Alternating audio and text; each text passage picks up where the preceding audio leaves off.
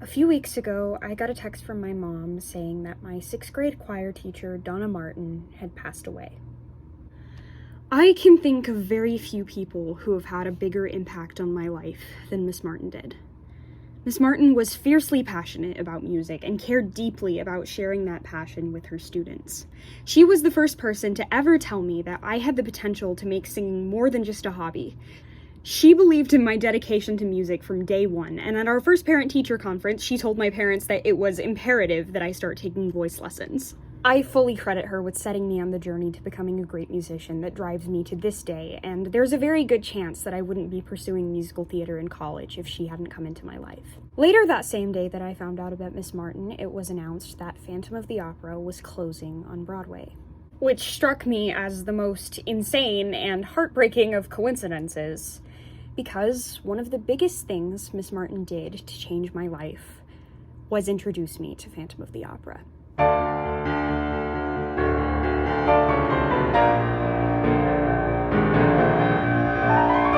I've always loved both singing and acting, but in 6th grade I knew next to nothing about musical theater itself.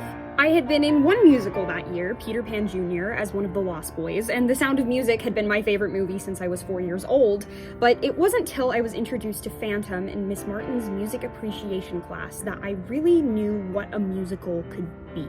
I had never heard anything like the music in Phantom before. It was beautiful and delicate, but also possessed this terrifying power. It was technically extraordinary, yet emotionally raw. And to quote The Fault in Our Stars, I fell in love the way you fall asleep. Slowly, then all at once. The first thing we did as a class with Phantom of the Opera was read through the script, and during the second act, I got to read for Christine. Now, this was often extremely awkward, as since Phantom is a mostly sung-through musical and none of us uncultured preteens knew the songs yet, well, imagine if the entirety of Phantom sounded like this. Think of it. A secret engagement. Look, your future bride. Just think of it. But why is it secret? What have we to hide? Yikes! However, there was one song from Act 2 that I had previously heard, and that was Wishing You Were Somehow Here Again. This profound expression of Christine's longing and vulnerability set to such a soaring and poignant melody was so captivating to me, though at the time I couldn't explain why. And because I could never resist an opportunity to be that girl, this little 6th grader who sang alto in choir and had no idea what head voice was decided she was going to sing this massive soprano aria in front of her entire class. Several keys down, of course. I remember very little about actually performing it, but I do remember this dawning subconscious realization. I want to sing music like that. After we had read all the way through the script, we were each tasked with creating a Phantom-themed art project. I decided that I wanted to create a book of drawings of the show's iconic costumes and sets. I absolutely threw myself into this project, holing up in my room for hours at a time listening to the original London cast recording on repeat as I worked. It was at this time that Phantom truly began to capture my imagination. Everything about it was so fascinating to me. The stunning vocal performances, particularly Michael Crawford's ghostly vulnerability, the intricately crafted design work, the themes of passion and redemption, and most importantly, the storytelling power of its music. I still get goosebumps every time I listen to the final trio between Eric, Raoul, and Christine.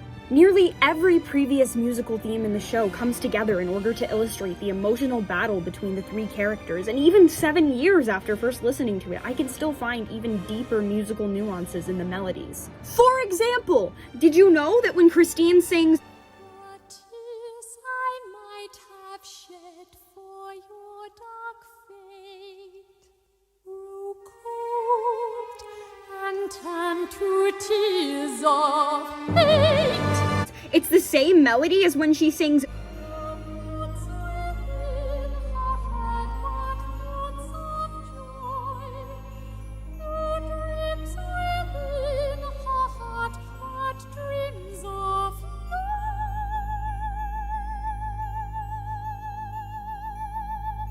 but in a minor key. I just adore the juxtaposition of love versus hate and the idealized version of Christine that Eric's built up in his head versus what she actually feels towards him due to all the messed up things he's done. And Phantom's score really is so much smarter harder than it gets credit for. Nowadays, it's really hip to drag on Andrew Lloyd Webber's music for being too bombastic and reliant on hooks, but honestly, I think Phantom's score is perfect for the story it's trying to tell. It's huge and operatic, yes, and I love it for that, but it's piercingly intimate in all the moments where it needs to be. It's complex enough to lend depth and scope to the characters, but simple enough to be universally accessible and memorable. It's the kind of music I can only hope I'll be able to create one day.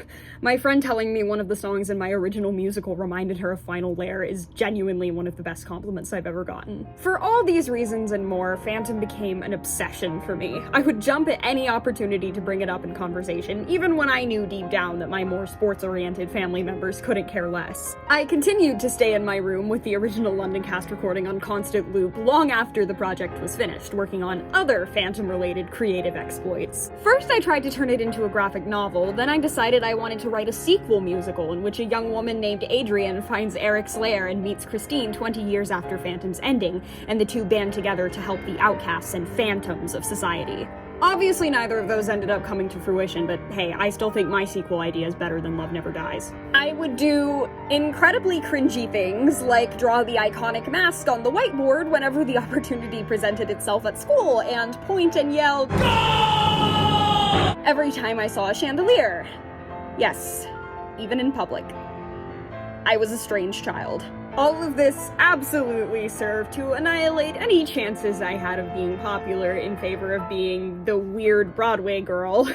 But hey, why fit in when you can stand out? Of course, it was only a matter of time before my infatuation with Phantom of the Opera led to curiosity about what else Broadway had to offer. And with the much appreciated help of the family Alexa's 50 Great Musical Numbers playlist, I discovered Wicked next, then Les Mis, then Hamilton, Newsies, Matilda, Jekyll and Hyde, and Into the Woods. All of these shows set off fireworks in my brain like nothing I'd ever previously experienced, and the top 40 hits I'd enjoyed just months ago all started to sound artificial and shallow when compared to my now strictly musical theater diet.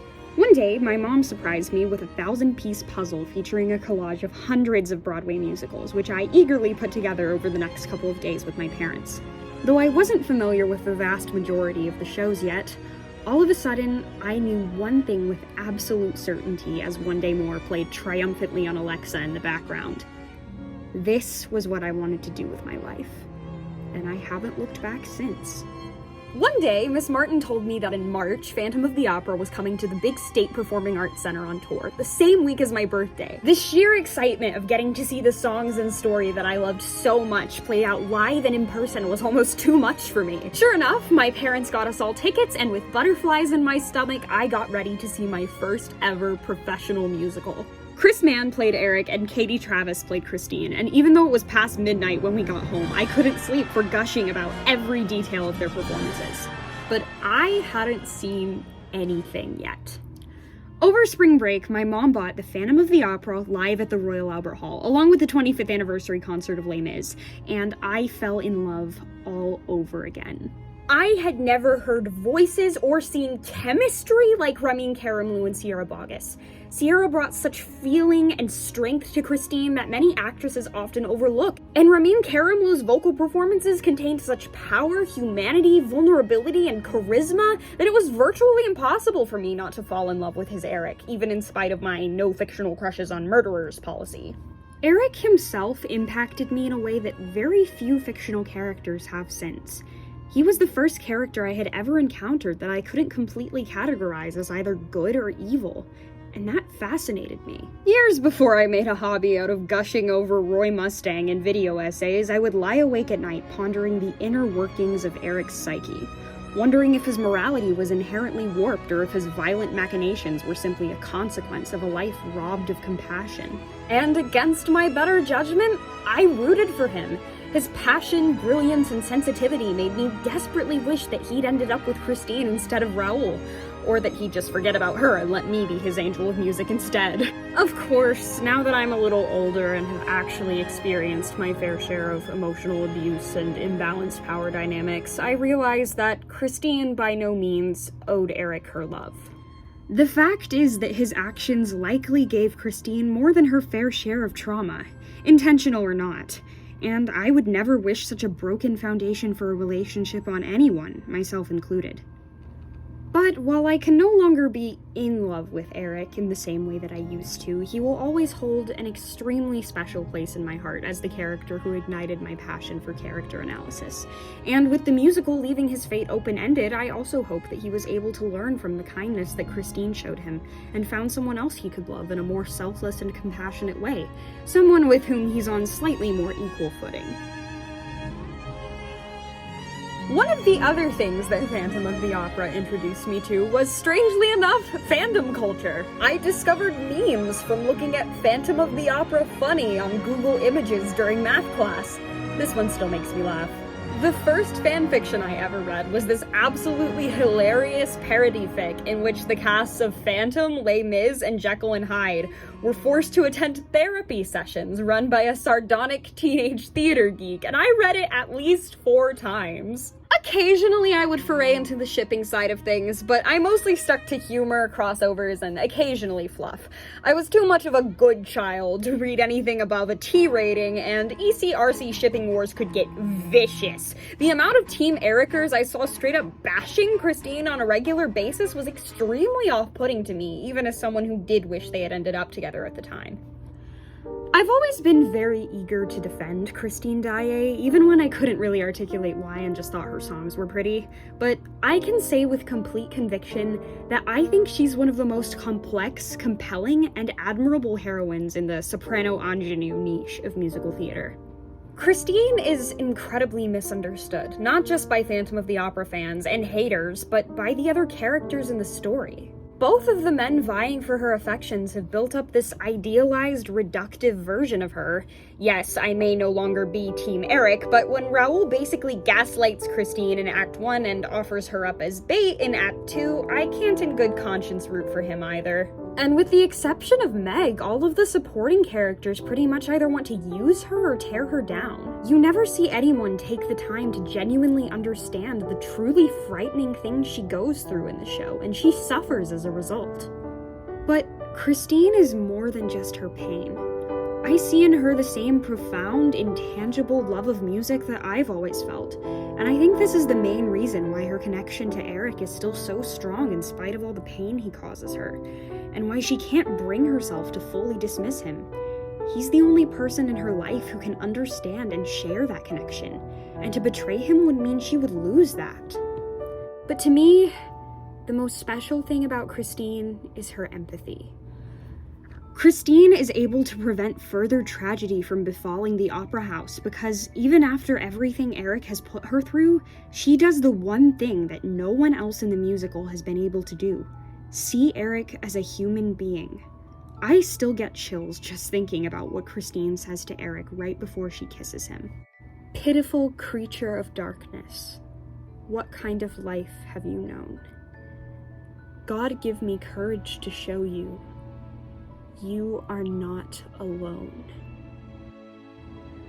Eric believed all along that he was doomed to never experience love because of his face, so as many would do in his position, he lashed out, letting his surface ugliness seep into his heart, gradually becoming the monster society dismissed him as.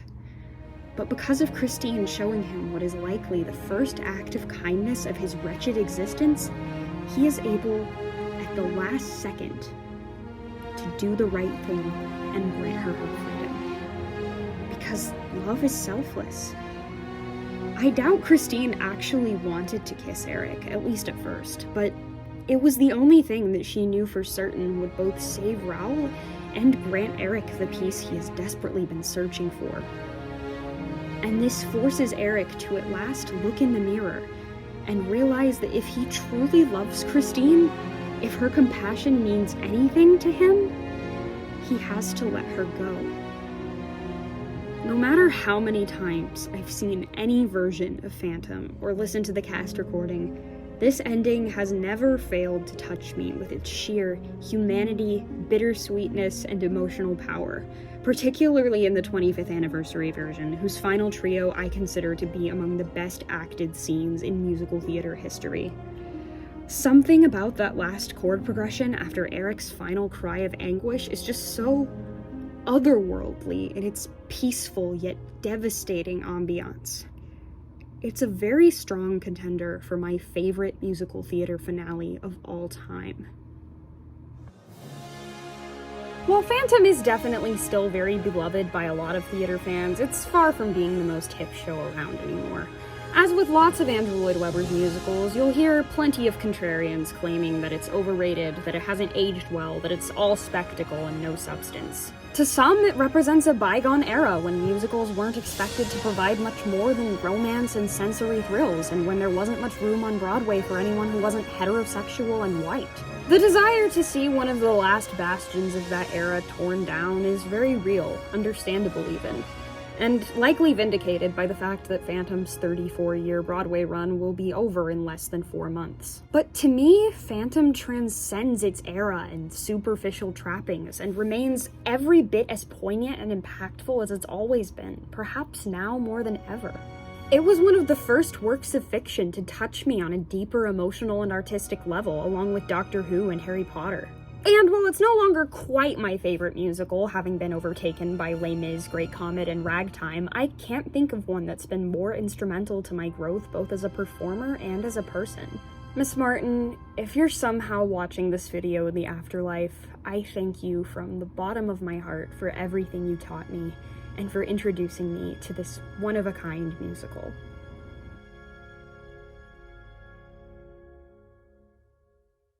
Remember when I said 6th grade me had to sing Wishing You Were Somehow Here Again several keys lower? Well, after years and years of crying and cracking in the shower, I believe I am now finally capable of singing this song the way it's meant to be performed.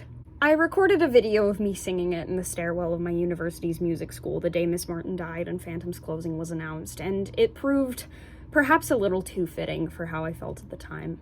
So, goodbye, Phantom. Goodbye, Miss Martin. You alone could make my song take flight.